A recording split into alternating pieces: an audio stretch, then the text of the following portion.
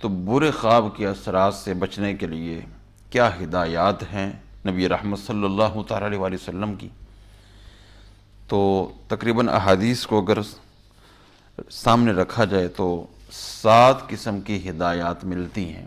اگر کوئی بندہ برا خواب دیکھ لے تو اس کو یہ 7 چیزیں جو نبی کریم صلی اللہ علیہ وسلم سے ثابت ہیں وہ کرنی چاہیے، اور اس سے پھر وہ برے خواب کے انجام سے بچ سکے گا۔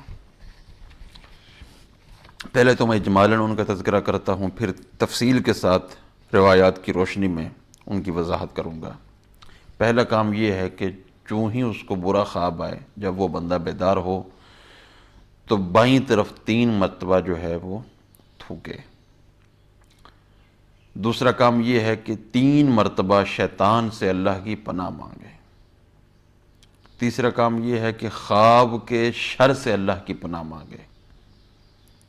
چوتھا کام یہ ہے کہ اللہ سے خواب کی خیر و بلائی کا سوال کرے۔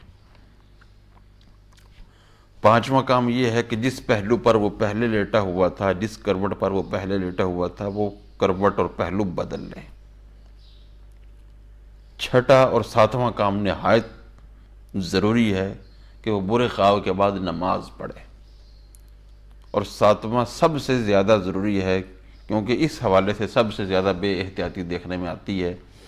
حضور علیہ السلام نے فرمایا کہ کسی کے سامنے اس کا تذکرہ نہ کرے۔ اب ان کو تفصیل کے ساتھ میں ذکر کرتا ہوں احادیث کی روشنی میں۔ پہلا کام یہ بتایا گیا کہ بائیں طرف 3 مرتبہ جو ہے وہ تھوکے۔ یہ ترمذی شریف میں روایت ہے، حدیث نمبر 2270 ہے۔ اس میں یہ لفظ موجود ہیں، حضور علیہ السلام نے فرمایا فَإِذَا رَأَى أَحَدُكُمْ شَيْئًا يَكْرَهُهُ فَلْيَنْفُسْ عَنْ يَسَارِهِ 3 مرات۔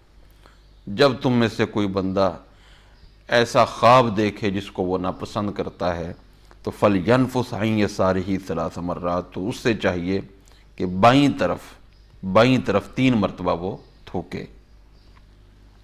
اسی طرح شعب الایمان کے اندر بھی یہ روایت موجود ہے۔ 3 مرتبہ شیطان سے اللہ کی پناہ مانگے، یعنی کہ تھوکنا بھی 3 مرتبہ ہے، اور شیطان سے اللہ کی پناہ بھی 3 مرتبہ نبی کریم صلی اللہ علیہ وسلم نے اس کی تاکید کی ہے۔ ابو داؤد شریف کی روایت ہے، حدیث نمبر 5022 ہے۔ حضور علیہ السلام نے فرمایا اذا رأى احدكم الرؤيا يكرهها فليبصق عن يساره وليتعوذ بالله من الشيطان 3 وليتعوذ بالله من الشيطان 3 کہ 3 مرتبہ وہ شیطان سے اللہ کی پناہ مانگے۔ تیسرا کام کہ خواب کے شر سے بھی اللہ کی پناہ مانگے۔ صحیح ابن حبان میں اور مسند ابن الجعد کے اندر یہ روایت موجود ہے۔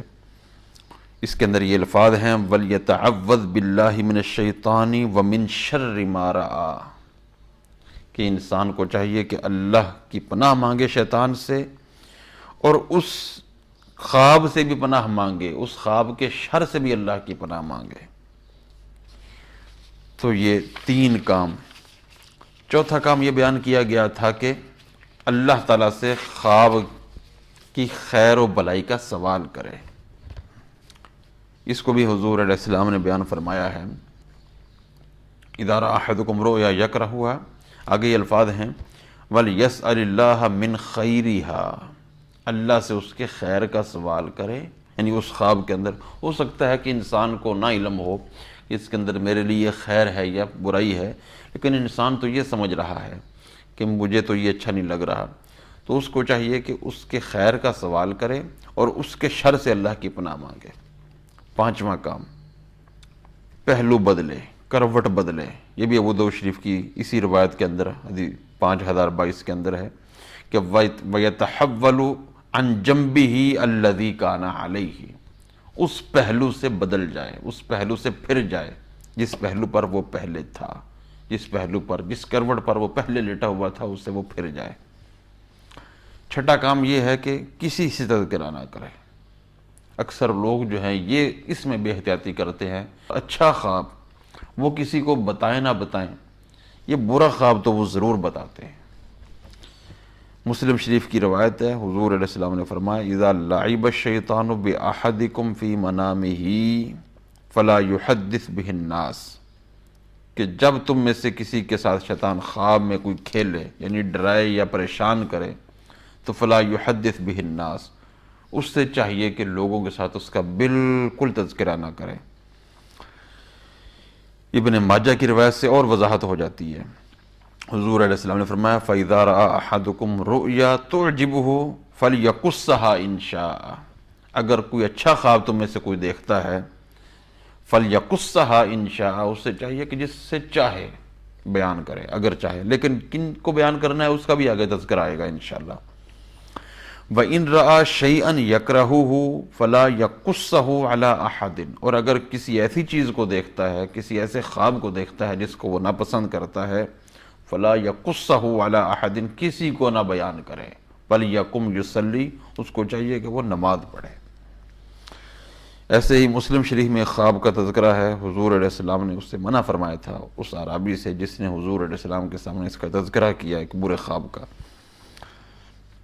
حضرت جابر رضی اللہ تعالیٰ عنہ اس حدیث کے راوی ہیں، وہ کہتے ہیں کہ ایک اعرابی حضور علیہ السلام کی خدمت میں حاضر ہوا، کہنے لگا انی حلمت ان رأسی قطع، کہ خواب میں دیکھتا ہوں کہ میرا سر کاٹا گیا ہے، فانا اتبعہ، اور وہ لٹکتا جا رہا ہے اور میں اس کے پیچھے دوڑتا جا رہا ہوں، فزجرہ النبی صلی اللہ علیہ وسلم، تو نبی کریم صلی اللہ علیہ وسلم نے اسے ڈانٹا اور کہا لا تخبر بتلعب الشیطان بک فی المنام، حضور نے فرمایا شیطان خواب میں جو تیرے ساتھ کھیلا ہے اس کا کسی کے سامنے تذکرہ نہ کرنا۔ ساتواں کام تھا کہ انسان کو چاہیے کہ نماز پڑھے۔ نبی کریم صلی اللہ علیہ وسلم کا ارشاد ہے من رآ ما یکرہ فلیقم فلیصلی، جو بندہ ناپسندیدہ خواب دیکھے اس سے چاہیے کہ فوراً کھڑا ہو اور نماز پڑھے۔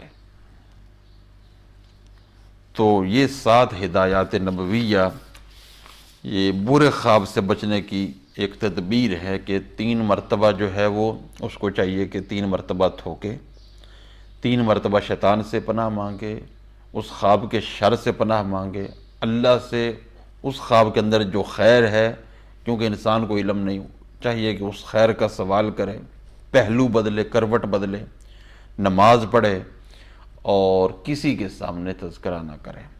لیکن اگر انسان کوئی اچھا خواب دیکھے اس کو 2 کام کرنے چاہیے، یہ بھی حدیث شریف کے اندر ہے، سنن دارمی کی روایت ہے اور صحیح مسلم کی روایت ہے، مفہوم تقریباً دونوں کا ایک ہی ہے۔ نبی کریم صلی اللہ تعالیٰ علیہ وآلہ وسلم نے فرمایا الرؤیا الصالحۃ من اللہ، اچھے خواب اللہ کی طرف سے ہوتے ہیں۔ فَإِذَا رَأَى أَحَدُكُم مَّا يُحِبُّ، جب تم میں سے کوئی شخص پسندیدہ خواب دیکھے جس کو وہ پسند کرتا ہے، تو فَلْيَحْمَدِ اللَّهَ، اللہ کی وہ حمد بیان کرے، اللہ کی وہ ثنا کرے، وَلَا يُحَدِّثْ بِهَا إِلَّا مَن يُحِبُّ، اور صرف اسی کے سامنے بیان کرے جو اس سے محبت کرتا ہے۔ یعنی کہ خواب بھی ہر کسی کے سامنے بیان کیے نہیں جاتے، ہر خواب بھی بیان نہیں کیا جاتا اور ہر کسی سے بھی بیان نہیں کیا جا سکتا۔ اسی وجہ سے حضرت یعقوب علیہ السلام نے حضرت یوسف علیہ السلام کو تاکید کی تھی، آگے والی آیہ کریمہ کے اندر یہ وعدے موجود ہے لا تقصص رؤیاک علی اخواتک، کہ اپنے بھائیوں کو یہ خواب نہ بیان کرنا۔ تو بیان ہر کسی سے نہیں ہوتے اچھے خواب، اسی کے سامنے اس کا تذکرہ ہوتا ہے جس کے درمیان محبت ہے۔ تو اللہ رب العزت کی بارگاہ میں دعا ہے اللہ عمل کی توفیق نصیب فرمائے۔ انشاءاللہ خواب کے حوالے سے اگلی آیہ کریمہ کے ضمن کے اندر بھی چند چیزوں کا تذکرہ ہوگا۔ اللہ رب العزت عمل کی توفیق نصیب فرمائے۔ وما علی الا البلاغ۔